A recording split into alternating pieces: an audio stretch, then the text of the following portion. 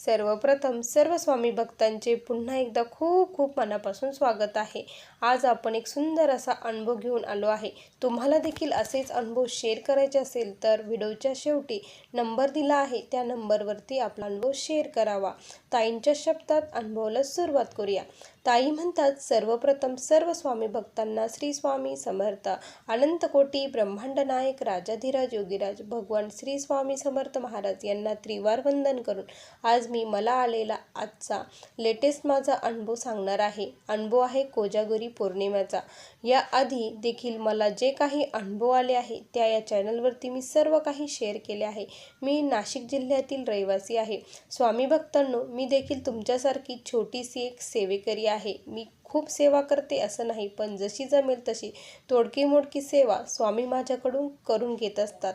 मी रोज मठामध्ये आरतीला जात असते आणि अशीच माझी जे काही अनुभव आहे ते तुम्हाला याआधी सांगितले आहे, तुम्ही ते बघू शकता।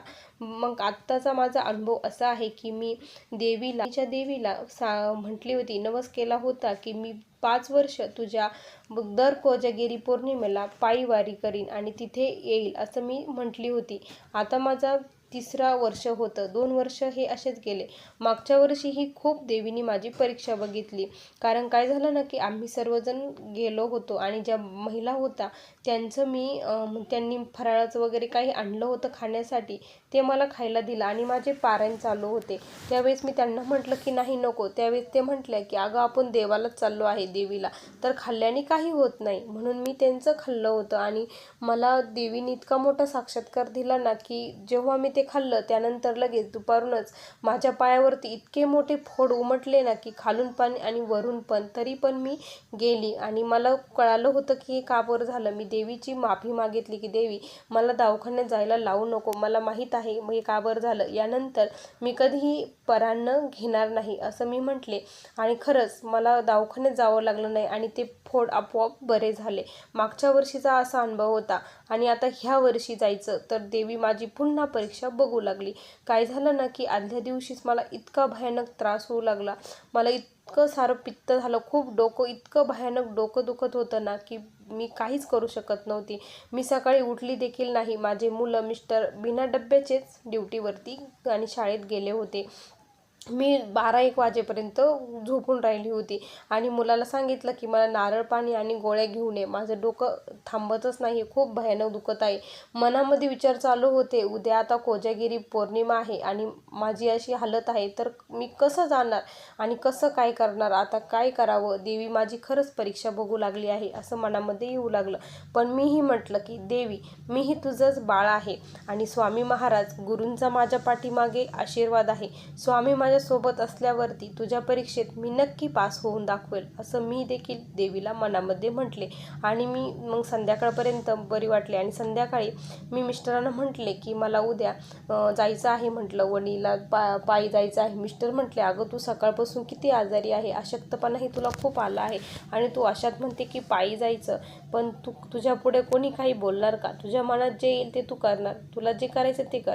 मी म्हटलं मला काही म्हणू नका, मला फक्त तुमची परमिशन हवी आहे असं मी म्हटलं आणि मग मिस्टर म्हटले तुला जायचं तर तू जा असं म्हटले। मग तयार झाले आणि जो आम्ही दरवर्षीच्या सोबत जातो त्या सर्व बायकाचा कॉल आला की आमची अशी अडचण आहे त्यामुळे आम्ही येऊ शकत नाही। आता सर्वजण नाही म्हटल्या, मला तर जायची खूप इच्छा आहे आणि मला जायचंच आहे। त्याच वेळेस काय झालं ना की त्या 2 अशा शेजारच्या 2 बायका होत्या, त्या म्हटल्या की आम्हाला देखील तुझ्यासोबत यायचं आहे, तू दरवर्षी जाते, ह्या वर्षी आम्हाला देखील यायचं आहे।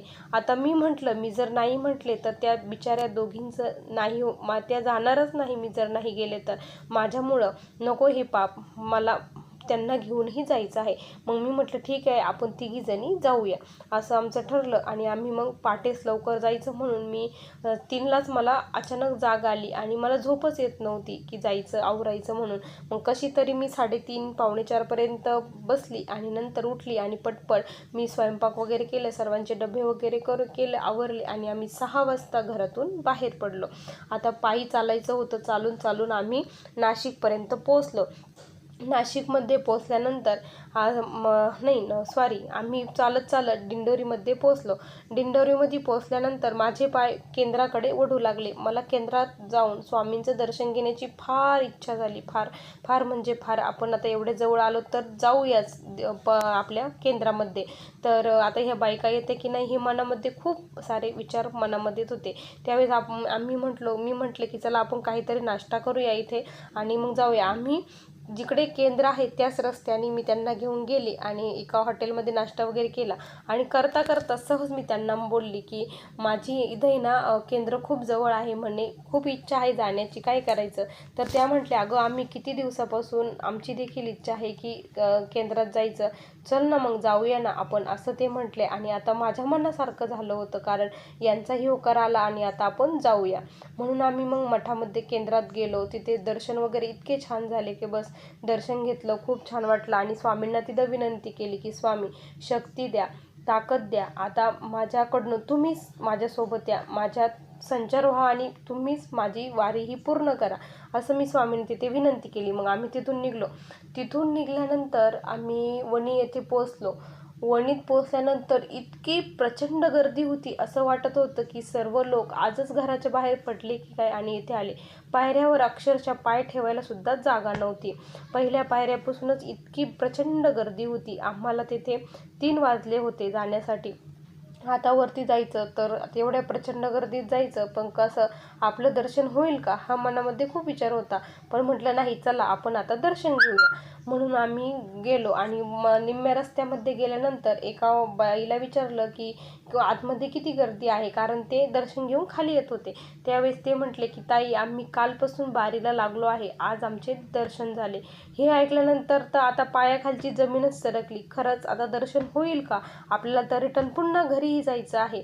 मग काय करावं त्यांना विचारलं. ते म्हणले काय करायचं, चला आपण इथूनच दर्शन घेऊन जाऊया, असं त्या म्हणू लागल्या. मी म्हटलं नाही आता एवढ्या जवळ आलो तर दर्शन आपण घेऊनच जाऊया, असं मनामध्ये म्हटलं. मग त्या देखील माझ्यासोबत पायऱ्या हे चढू लागल्या. मग आम्ही जवळजवळ गेलो होतो आणि 7 वाजता आम्ही हे बारीला लागलो होतो, म्हणजे आतमध्ये प्रवेश केला होता 7 वाजता आणि 7ची आरती चालू झाली. माझ्या मनामध्ये आलं की जिथे देवीची जवळ जो असेल तो किती भाग्यवान असेल की एवढ्या लांबून वणवण करत तो आला आहे दर्शन घेण्यासाठी आणि आईचं दर्शन त्याला आरतीच्या वेळेस तिथं होत आहे, असं मनामध्ये आलं असेल. खरंच खूप भाग्यवान असतात म्हटलं काहीतरी, आपल्या नशिबी असं काय, असं मी म्हटलं. आणि आरती वगैरे देवीची झाली, त्यानंतर पुन्हा बारी चालू झाली. मग अशीच बारी चालता आम्ही मग 9 वाजता पुन्हा आम्ही देवीजवळ गेलो.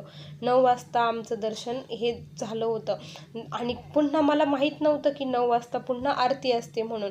आणि ज्या वेळेस 9ची आरती ही चालू झाली त्यावेळेस आम्ही साक्षात देवी पुढे होतो आणि इतकं सुंदर रूप देवीचं दिसत होतं आणि इतकं छान दर्शन झालं. ढकलाढकली नाही, काहीच नाही. असं जणू काय वाटत होतं की देवी म्हणजे त्या समोरच्यांना मी दिसतच नाही, देवीने मला अदृश्य केलं आहे आणि कोणीच मला ढकलत नव्हतं, काहीच नव्हतं. इतकं सुंदर दर्शन, डोळे भरून मी देवीला बघितलं आणि दर्शन आमचं खूप छान झालं. आता आम्ही बाहेर आलो. जिथे पैसे लटकवतात ते पैसे, मला काहीच माहीत नव्हतं की इथं काय करतात काय नाही, पैसे काय. पण माझ्या मनात इच्छा होती की घरूनच की आपण तिथे गेल्यानंतर गडावरती पाठ करावा म्हणून अशी इच्छा होती. त्याच वेळेस म्हटलं आता ह्या थांबत्या की नाही हे पण मनामध्ये होतं. पण त्याच वेळेस काय झालं ना, आम्ही तिघी होतो, त्याच्यातली एक जण ही कुठं गेली आम्हाला म्हणजे सापडलीच नाही. ती आम्ही दोघीच होतो त्यावेळेस. मग म्हटलं काय करायचं, माझी तर इच्छा आहे तर पाठ करायचा. तर मग ते म्हणे आता तिला शोधूस तर ती आपल्याला मिळूस तर जर तुझा पाठ होत असेल तर तू कर म्हणे, तोपर्यंत ती येईल. मग मी पटकन तिथेच बसली, जिथे पैसे लावतात तिथे बसली आणि देवीचा पाठ सुरू केला. आता मी खूप स्पीडनी वाचते असं नाही, पण बऱ्यापैकी स्पीड माझा आहे कारण रोज मी पाठ वाचत असते जेव्हा कधी जमेल तेव्हा. मग मी पटपट पाठ वाचायला सुरुवात केली आणि माझा पाठ अर्धा झाला असेल त्यावेळेस अचानक काहीतरी पडल्याचा मला आवाज आला. ज्यावेळेस आवाज आला त्यावेळेस मी मग बघितलं नाही कुठं, माझा पाठ ही सुरूच.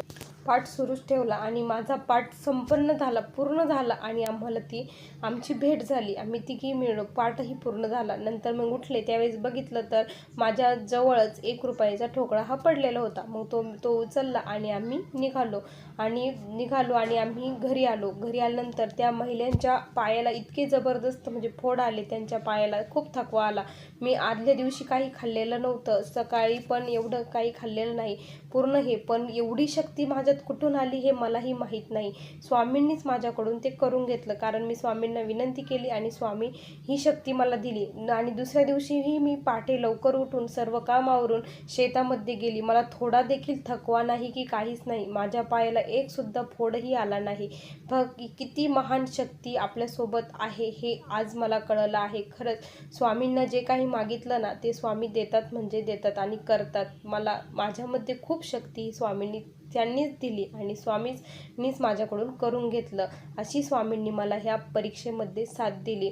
स्वामी अशीच साथ मला कायम देत राहा हीच तुमच्या चरणी प्रार्थना. असा मला आलेला हा छोटासा अनुभव होता. श्री स्वामी समर्थ. बघा स्वामी भक्तांनो, किती सुंदर अनुभव होता. तुम्हाला हा अनुभव कसा वाटला नक्की कमेंटमध्ये कळवा. पुन्हा भेटूया अशा सुंदर अनुभवासोबत. तोपर्यंत सर्वांना श्री स्वामी समर्थ. आणि ज्यांना कोणाला आपले अनुभव शेअर करायचे असेल त्यांनी या नंबरवरती आपला अनुभव शेअर करावा. श्री स्वामी समर्थ.